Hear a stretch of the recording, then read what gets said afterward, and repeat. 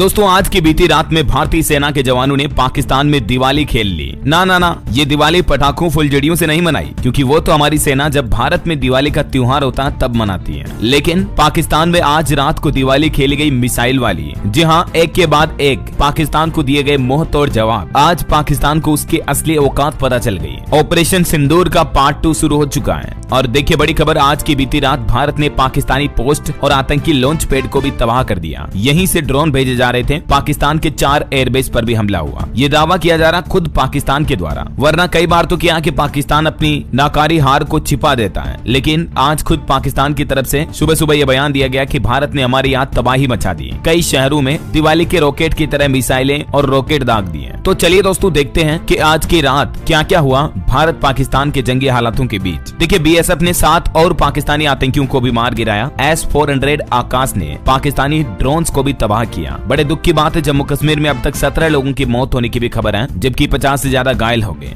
यह आंकड़ा तो एक दिन पहले तक का था। अभी देखिए ग्राउंड रिपोर्ट सामने निकल कर आ रही है कि पाकिस्तानी फायरिंग से बच नहीं पाया एक 13 साल का विहान, क्योंकि पाकिस्तान अपनी कायराना हरकत दिखा रहा है। जम्मू कश्मीर LOC के पास मासूम लोगों की जान ले रहा है। जोया जहीन समेत 5 बच्चों की भी मौत हो गई। लोग बोले कि हमने ऐसी बमबारी नहीं देखी। देखो हमारी इंडियन आर्मी तो मार रही है तो आतंकियों को मार रही है, राइट। लेकिन पाकिस्तान इतनी नापाक हरकत कर रहा है, इतनी कायराना डरपोक हरकत कर रहा है कि जम्मू कश्मीर में LOC के पास बच्चे और आम लोगों को मार रहा है। विदेश मंत्रालय द्वारा कल जो आंकड़े जारी किए गए उसके मुताबिक 3 महिलाओं 5 बच्चों समेत 16-17 लोगों की जान कली चली गई थी। आज की रात भी यहाँ काफी बमबारी हुई, बम ब्लास्ट हुए, जिसमें कई और मासूम लोगों की भी जान गई। देखिए खबर है, जम्मू कश्मीर में पाकिस्तानी फायरिंग की वजह से 5 और मौत हो गई। सुबह सुबह भी आज राजस्थान, पंजाब समेत 5 राज्यों पर हमला किया पाकिस्तान ने, जबकि कल भी 26 शहरों पर 550 से ज्यादा ड्रोन दागे थे। वो तो अच्छी बात यह दोस्तों कि हमारी इंडियन आर्मी पाकिस्तान की तरफ से छोड़े जा रहे अधिकतर ड्रोन्स को आसमान में ही मार गिरा रही है, इसलिए भारत के सीमावर्ती राज्यों में इतना नुकसान नहीं हो रहा। देखिए दोस्तों, रात भर चली लड़ाई के बावजूद भी पाकिस्तान ने शनिवार सुबह सुबह आज फिर से जम्मू कश्मीर, पंजाब, राजस्थान, हरियाणा और गुजरात में हमला किया। राजौरी, पुंछ और जम्मू में भी भारी गोलीबारी की गई। राजौरी के प्रशासनिक अफसर समेत 5 लोगों की गोलीबारी में भी मौत हो गई। पाकिस्तान बॉर्डर से लगे श्रीगंगानगर और हनुमानगढ़ जिले में भी अलर्ट जारी किया है। ये देखिए आज 9 मई की रात पाकिस्तान ने कहां हमला किया, ये वो भारत के मानचित्र में आप देख सकते हैं 26 लोकेशन। राजस्थान, पंजाब, जम्मू कश्मीर और गुजरात के कुछ तटवर्ती इलाकों में पाकिस्तान सबसे ज्यादा हमले कर रहा है। जम्मू कश्मीर से लेकर गुजरात तक देर रात भी 26 जगहों पर पाकिस्तान ने जो ड्रोन अटैक किया, उसमें एक तो पंजाब के फिरोजपुर का परिवार भी झुलस गया। हालांकि भारतीय सेना ने जवाबी कार्रवाई करते हुए सभी के सभी हमलों को नाकाम किया।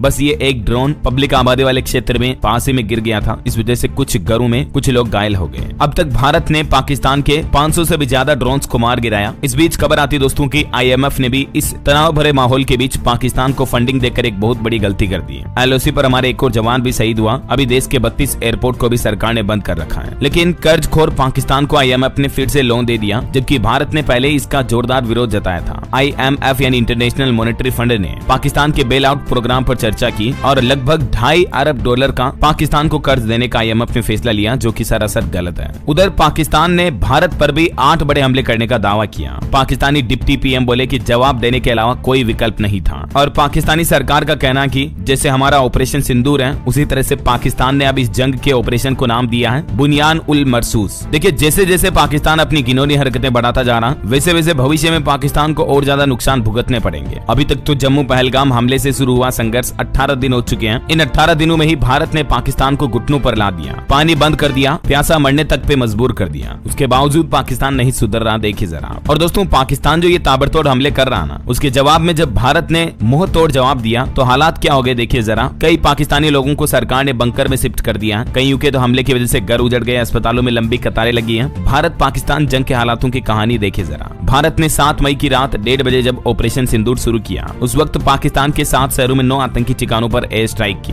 उसके बाद से पाकिस्तान लगातार जवाबी कार्रवाई कर रहा है, जिस वजह से हमारे जम्मू के कई रिहायशी इलाकों में घर वगैरह भी क्षतिग्रस्त हो गए। युद्ध जैसे हालातों के बीच पाकिस्तान अब जंग की तैयारियां कर रहा। देखिए उरी में भी लगातार पाकिस्तान आम लोगों को टारगेट कर रहा। फिर शुरू होता ऑपरेशन का पार्ट 2, जब पाकिस्तान पर इंडियन आर्मी ने एयर स्ट्राइक की। होगी भी क्यों नहीं, क्योंकि पाकिस्तान नापाक हरकतें करना छोड़ भी तो नहीं रहा है। और उस एयर स्ट्राइक के बाद तो पाकिस्तान रोने लग गया, क्योंकि भारत के पास तो S-400 जैसा एडवांस डिफेंस सिस्टम है, जिसे भारत ने सुदर्शन चक्र भी नाम दिया है। हालांकि इस सिस्टम को जब भारत ने खरीदा था, तब अमेरिका से भी भारत को लड़ाई लड़नी पड़ी, क्योंकि अमेरिका नहीं चाहता था कि भारत इस तरह का एडवांस सिस्टम खरीदे, लेकिन भारत की रणनीति आज काम आई। इस सिस्टम ने, जिसने भारत पर पाकिस्तान द्वारा किए गए हमलों को नाकाम करके हमारे देश को बहुत बचाया है। ये होता दोस्तों सही समय पर सही फैसले लेना, राइट। कुछ अलग अलग बॉर्डर वाले इलाकों के राज्यों के हालात देखिए दोस्तों। पंजाब बॉर्डर से लाइव अपडेट आ रहा। जालंधर पठानकोट एयरबेस के पास धमाके हुए। पंजाब के 3 जिलों में रेड अलर्ट है। गुरदासपुर में 20 फीट गहरा खड्डा हुआ। मिसाइल और ड्रोन के टुकड़े भी मिले। तो वहीं राजस्थान के भी श्रीगंगानगर, हनुमानगढ़, चूरू में ड्रोन हमले का रेड अलर्ट जारी हुआ। जैसलमेर, बाड़मेर में धमाका हुआ। अब राजस्थान के 5 एयरपोर्ट भी 14 मई तक बंद रहेंगे। वैसे तो अभी देश भर के 9 राज्यों में 32 एयरपोर्ट्स को सरकार ने 15 मई तक बंद रखने का फैसला किया है। और इंडियन ऑयल का कहना है कि पेट्रोल पंपों पर फ्यूल पर्याप्त है, फ्यूल स्टेशन पर अतिरिक्त भीड़ न लगाएं, कोई दिक्कत वाली बात नहीं है। इधर गुजरात बॉर्डर से भी लाइव हालात देखिए। 18 जिले हाई अलर्ट पर हैं। सोमनाथ, द्वारका मंदिर समेत सभी पोर्ट की सुरक्षा बढ़ाएगी। 15 मई तक गुजरात में भी ड्रोन और पटाखे उड़ाने पर बैन लग चुका है। भारत पाकिस्तान तनाव के बीच मध्य प्रदेश राज्य में भी अलर्ट जारी हुआ। बैतूल में पुलिस कर्मियों की छुट्टियां रद्द की गई। एमपी इंदौर में भी सभी आयोजनों पर रोक लगी है। पूरे ग्वालियर में सायरन वगैरह भी लगाए जाएंगे। पंजाब के 7 जिलों पर पाकिस्तान ने जो हमला किया, उसमें फिरोजपुर में एक घर पर ड्रोन गिर गया जिसमें 3 लोग झुलस गए। करतारपुर कॉरिडोर से भी 20 किलोमीटर दूर कुछ धमाके हुए हैं। ये आज की रात के हालात बता रहा हूँ आपको दोस्तों। बीती रात पाकिस्तान ने ये नापाक हरकतें की। वहीं इस बीच खबर है दोस्तों, ऑपरेशन सिंदूर को लेकर आज 10:30-11 बजे सरकार की एक बार फिर से प्रेस कॉन्फ्रेंस बैठक होगी। इसमें विदेश और रक्षा मंत्रालय अपनी जानकारी साझा करेंगे। भारतीय सेना की कर्नल सोफिया बोली कि पाकिस्तान नागरिकों को ढाल बना रहा है, क्योंकि पाकिस्तान ने अपना एयर स्पेस ओपन कर दिया और वहां ऊपर यात्री फ्लाइट्स उड़ाने लगा, ताकि मतलब भारत इधर से मिसाइल वगैरह ना छोड़ पाए और उधर से पाकिस्तान ड्रोन हमले करते रहे। वरना मिसाइल छोड़ी और गलती से यात्री फ्लाइट को लग गई तो पाकिस्तान तो गले पड़ जाएगा कि हमारी फ्लाइट को क्रैश कर दिया, 100 लोगों की मौत हो गई। ऐसे तो पाकिस्तान मासूम नागरिकों की आड़ में छिप रहा कायर पाकिस्तान डरपोक। देखिए जरा, अगर हिम्मत है तो इंडियन आर्मी की तरह सामने आकर खुलकर लड़ाई करे ना, फिर